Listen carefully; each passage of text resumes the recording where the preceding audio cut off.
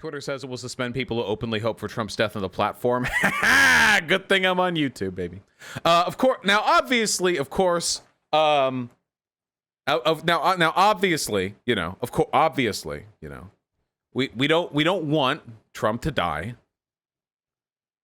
But allow me to spend several minutes justifying it. So, while none of us want Trump to die, of course, all of us are wishing him the absolute best. You know, we're all hoping he lives a long and fruitful life, that he dies at 113 on Epstein's son's island. You know, that's what we want. However, there are other people, hypothetical people, you know, who do want Trump to die.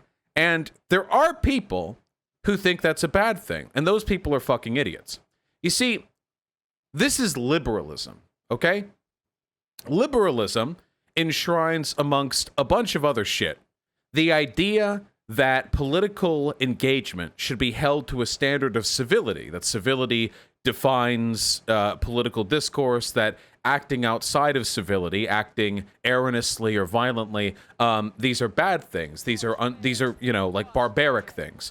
But what this fails to take into account is the fact that, no, you fucking moron, politics has always been about power and how to use power. That's it. That's politics from day one, baby. That is the whole range of political engagement, okay? From the fucking Mesopotamian Empire to today. You do what you can get away with, and that's it, you know?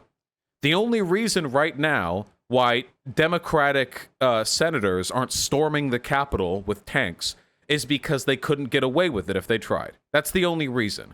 The only reason society works is because you form overlapping series of social expectations that prevent people from engaging in very, very poor behavior. But those systems don't always work. Sometimes they break down. Sometimes they shouldn't be there at all. Let me give you an example of a civility-oriented imposition that is unjust. What if, for example, hypothetically, possibly, perhaps, you had a monstrous president whose disastrous handling of a global pandemic led to 1/5 human beings in your own country dying, you know, hypothetically. And let's say that anytime they were impugned for this, they would openly lie, brazenly misrepresent statistics, mislead the public, fall back on their oath as a civil servant to the people of the United States, and otherwise do everything in their power to avoid taking responsibility. Well, in that case, of course, their death at the hands of that same pandemic, if it were to happen, you know, God forbid, wouldn't be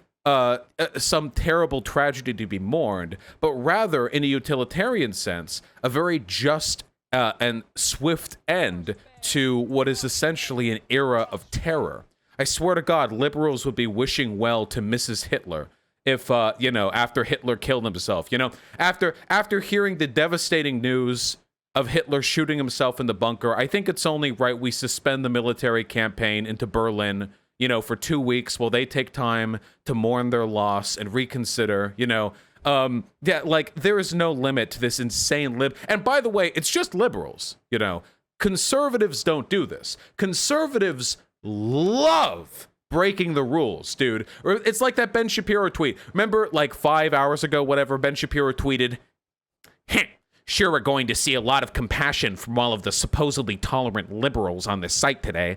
And then somebody quote tweeted something that Ben Shapiro tweeted a while back, was like, Trayvon Martin would be 20-something today if he hadn't stalked a man before slamming his head into a pavement and getting shot, or something like that, you know? Like, every time a black guy dies, Ben Shapiro's frothing at the mouth, getting out there to tweet something about how good it is that black guy is dead. You know, that's like his modus operandi. But when somebody says, hey, maybe a president dying of his own incredible hubris after killing 1/5 Americans through his incompetence isn't that bad of a thing, Ben Shapiro is there to cry little crocodile tears all over you. These people are monsters.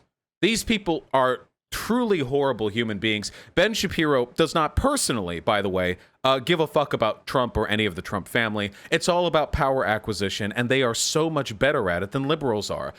Republicans will do anything and everything. Do Republicans talk about suspending their campaign because the opposition is struggling?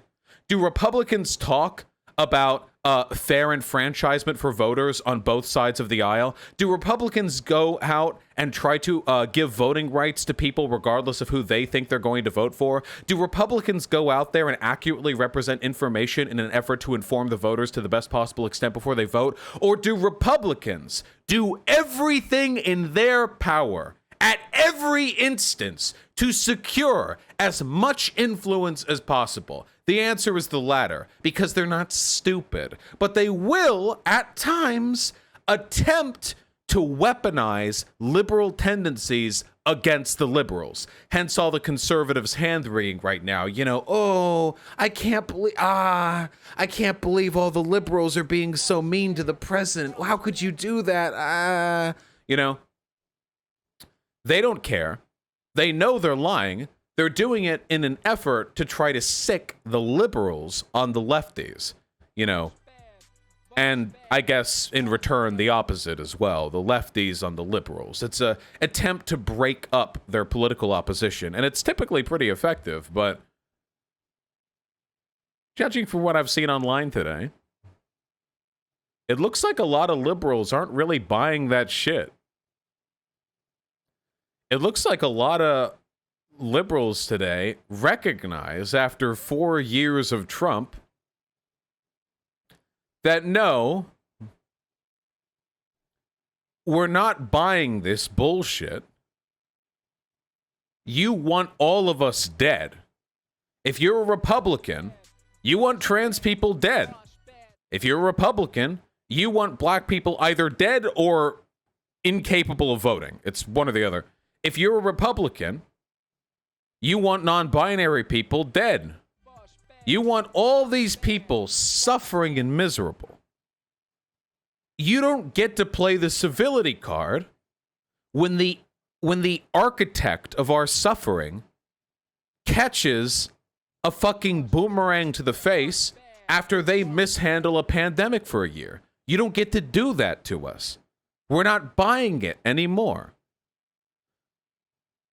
So to all of the hypothetical individuals, I know none of them are here, who are celebrating the potential of a Trump death, I say, hypothetically, that you are morally in a perfectly defensible place.